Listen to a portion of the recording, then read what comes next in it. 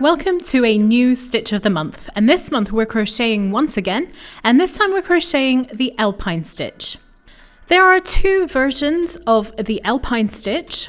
One version uses front post double crochets and the other uses treble crochets, and I'm using US terminology throughout. The version with double crochets is nice and compact and quite supple. The treble crochet version is chunkier and has a more open structure.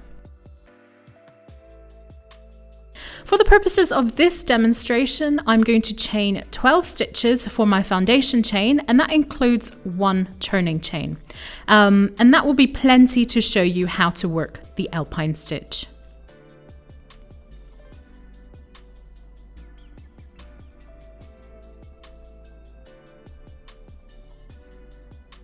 Change hooks.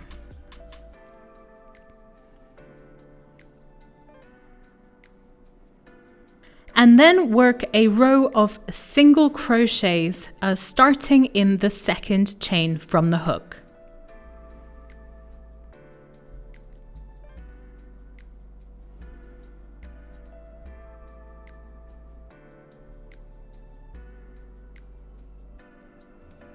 As you can see, I'm working this first row in the back bumps of my chain stitches, and that will give us a nice neat row of V stitches along the edge. That's my first row done.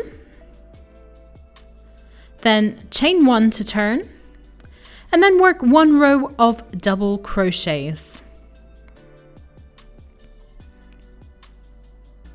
Later on, we'll be working our post stitches around these double crochets.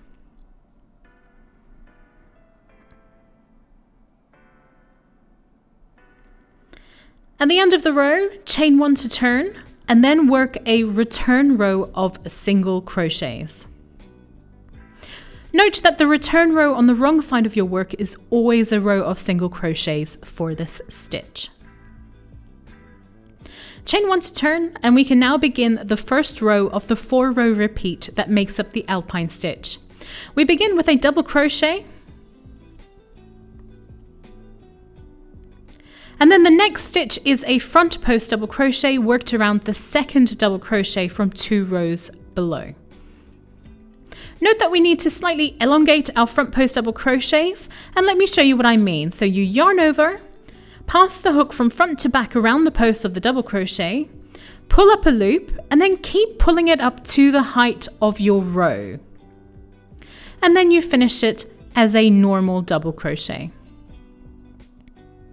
Skip the stitch behind the front post double crochet and work a normal double crochet in the next stitch. Now be sure to check that you are actually skipping the stitch behind your post stitch, as that's an easy mistake to make. And then skip the next double crochet in 2 rows below and work an elongated front post double crochet around the next one. So yarn over, insert your hook around the post, pull the loop up to the height of the rest of your row, pull through 2 loops, pull through the last 2 loops to complete the stitch. Skip the stitch behind the front post double crochet and work a normal double crochet in the next stitch. Then work a front post double crochet around the next double crochet, inserting from front to back around the post, pull up a loop, and finish off the stitch.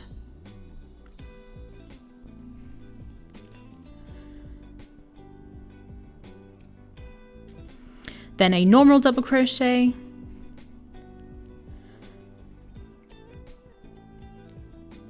and a front post double crochet.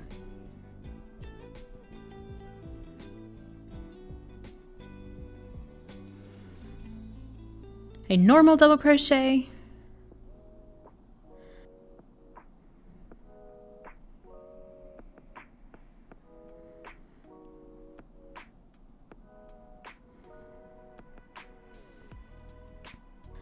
and then one last front post double crochet.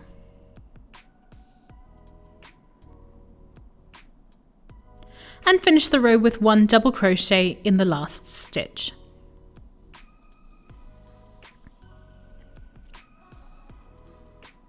chain 1 to turn, and work a row of single crochets back across.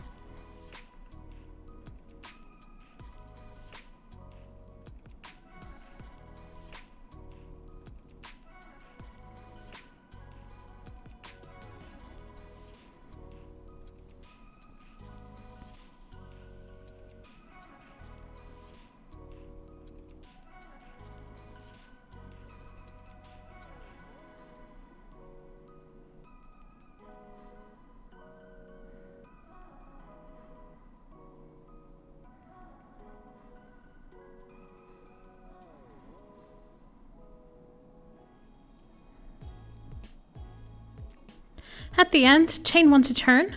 And now in this next row, we want to stagger the front post stitches. So we now work a front post double crochet around the double crochets from 2 rows below. And above the front post double crochets, we now work normal double crochets. So that's 1 front post double crochet around the first double crochet, remembering to pull the loop up to the height of the rest of the row.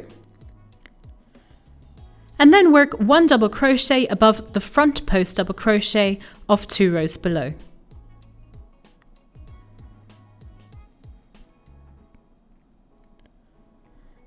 Then a front post double crochet around the next double crochet,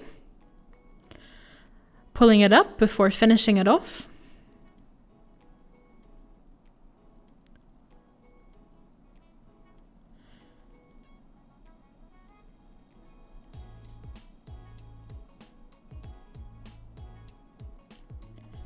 Now you do have the option of using front post treble crochets instead of front post double crochets, and then you don't need to pull the loop up so much.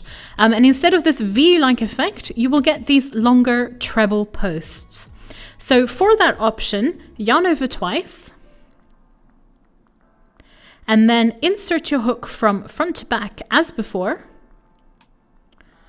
Pull up a loop onto your hook, but no further, and then finish it off as a normal treble.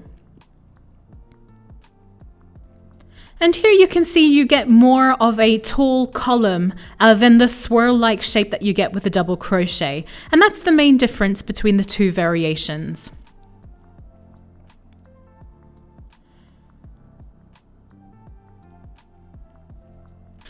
I think this is a wonderful texture stitch to crochet. There's so much depth to the fabric it produces. It would look great as a block for a blanket or indeed for the whole blanket. But there are countless other projects that you could use this stitch for. So I hope you have a go and have fun.